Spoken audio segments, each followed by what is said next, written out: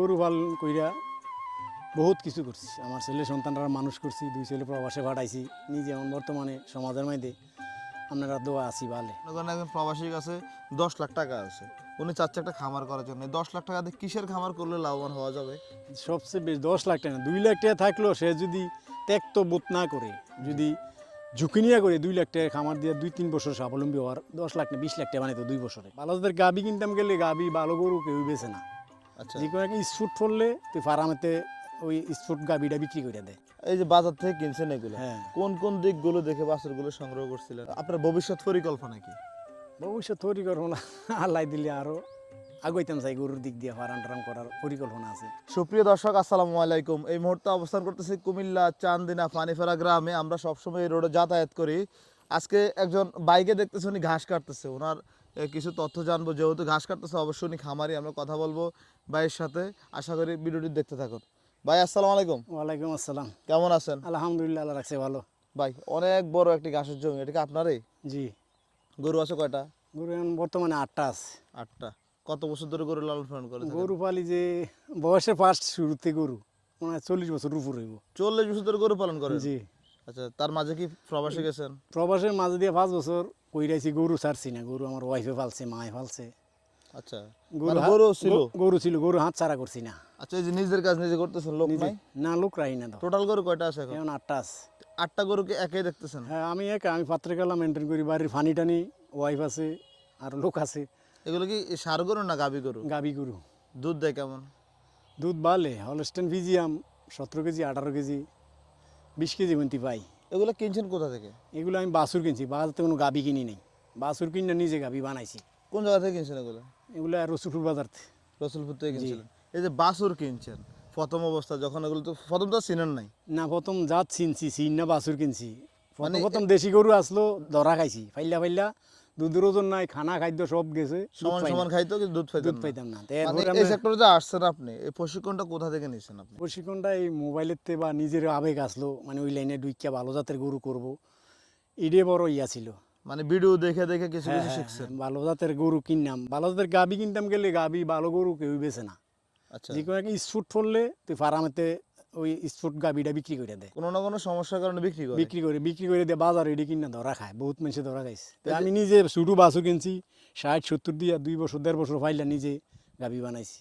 এই যে বাজার থেকে কিনছেন এগুলো, হ্যাঁ, কোন কোন দিকগুলো দেখে বাছুরগুলো সংগ্রহ করছিলেন? বাছুরগুলার 1 নম্বর হইল সাদায় কালোয়ে, কানগুলা শুধু, কানগুলা শুধু সাদায় কালোয়ে, ফায়ের গোসা মানে একুরেট, মাথাতে চুড়ি হইতে টানা সমান থাকবো, সোজা সোজা স্ট্রেট ফরওয়ার্ড, স্টেট ফরওয়ার্ড। লেজ ছোট থাকবে? লেজ শুরু থাকবে, এডুল হলস্টিন ফিজিয়াম। আচ্ছা, এই জাতের গরু পরিকল্পনা বিগত ওই বহুত আগে তেনে ছিল, পয়সার লেগে করতে পারছি না। আল্লাহ বাঁচাইলে স্বাবলম্বী হয়েছি। আচ্ছা মোস্তফা ভাই, আপনারা 40 বছর ধরে গরু পালন করছেন। এই যে গরু পালন করে কিছু করতে পারছেন এত বছর? আলহামদুলিল্লাহ, আমি গরু পালন কইরা বহুত কিছু করছি। আমার ছেলে সন্তানরা মানুষ করছি, 2 ছেলে প্রবাসে পাঠাইছি। নিজে এখন বর্তমানে সমাজের মধ্যে আপনারা দোয়া আছি ভালে, মোটামুটি মোটামুটি ভালো একটা স্থানে ভালো আছেন। একটা স্থানে আছে। অনেকে বলে গরু পালন করে অনেক লস, অনেকভাবে ক্ষতিগ্রস্ত, আসলে বিষয়টা কি? এইটা আমার বুঝে আইয়ে না। এইটা এতে গরু হইতে হতো না। এতে যেতে এটা বলছে তার মতন হতভাগার পৃথিবীতে লোক নাই। মানে গরুটা পালন করতে হয় কিভাবে? মানে যে খামার শুরু করবে গরু আপনার, ভালো পালন করলে ত্যাগ বোধ করতে হবে না। মানে কাজ করতে হবে। হ্যাঁ, ঘরের সন্তান যেরকম আগলো কোনো লইয়া লাই গরু দই, এই সিস্টেম। যেহেতু একজন আপনার মাঠের কর্মী, মানে আপনি নিজের কাজ নিজে করতেছেন, নিজের কাজটা নিজে করাটাই বেস্ট। সেক্ষেত্রে যারা নতুন খামার শুরু করবে, আপনি তো একদম টোটালি জানেন, হুম, মানে রোগ ব্যাধি, সব গরুর সব জাত সব সব নির্ণয়। হ্যাঁ, সব তো জানি। যারা নতুন করে শুরু করবে তারা কিভাবে শুরু করতে পারে, আর যদি আপনি এই ভিডিওতে বলেন আর কি? নতুন করে শুরু করলে তারা কেউ কেউ পরিকল্পনা নেয়, দইরে ফার্মটা গরু 500 লাখ টাকা খরচ কইরা 20টা গরু তুলবো 20 লাখ টাকা, এরকম ধরনের কেউ পরিকল্পনা।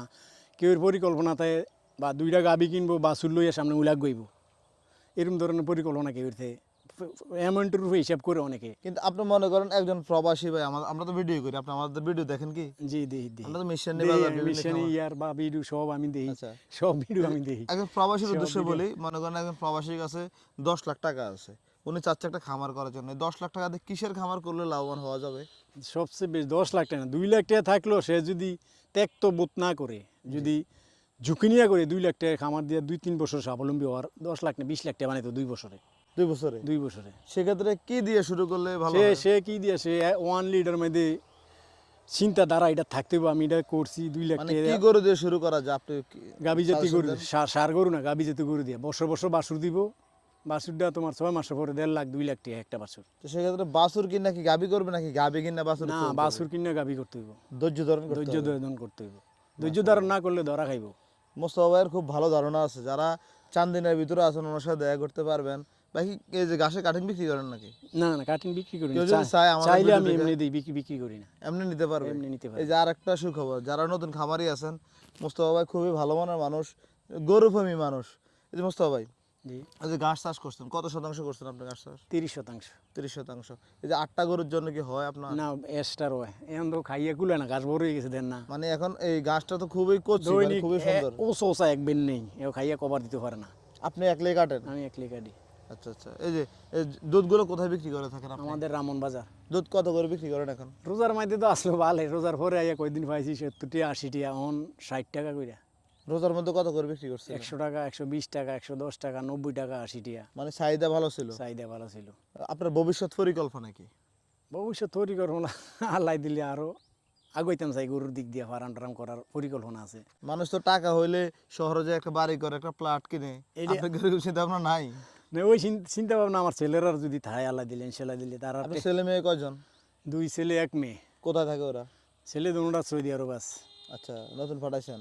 না, বড়টার 8 বছর হয়ে গেছে, ছোটটারও 5 বছরের ছুটিতে আইছে ভাই। মানে আপনার ছেলেদের যদি চিন্তা ভাবনা ওরকম থাকে, আপনার চিন্তাধারা হচ্ছে খামার করা? হ্যাঁ, খামার করা তার আরে যেহেতু উঠতে পারে এরকম, তাহলে আমি ইয়া করে দেম আর কি, মানে আপনি সেটেল করে দিবেন? সেটেল করে দেম যদি আল্লাহ শরীরটা ভালো রায়, আপনারা দোয়া। যাক, আলহামদুলিল্লাহ, আপনার এই কাজটা দেখে আমরা রাস্তা থেকে দৌড়িয়ে আসছি যে আসলে ভাই এরা কি করে, ওই যে ওইখানে এখন মাছের খাবার দিতেছে, ওইগুলো দেখলে ভাই আমাদের ভালো লাগে, ওগুলো ভিডিও করি আমরা। ভাই সোশ্যাল মিডিয়াতে অনেক বাজে বাজে ভিডিও হ্যাঁ, আছে, বাজে বাজে ভিডিও আছে। তো সেক্ষেত্রে আমরা কৃষি সেক্টর নিয়ে এগিয়ে যেতে চাই আপনাদের নিয়ে আর কি। আলহামদুলিল্লাহ, ইনশাল্লাহ আপনার খামার একদিন যাবো আমরা। আলহামদুলিল্লাহ, ইনশাল্লাহ দোয়া করেন। ঠিক আছে ভাই, আসসালামু আলাইকুম। ওয়ালাইকুম আসসালাম।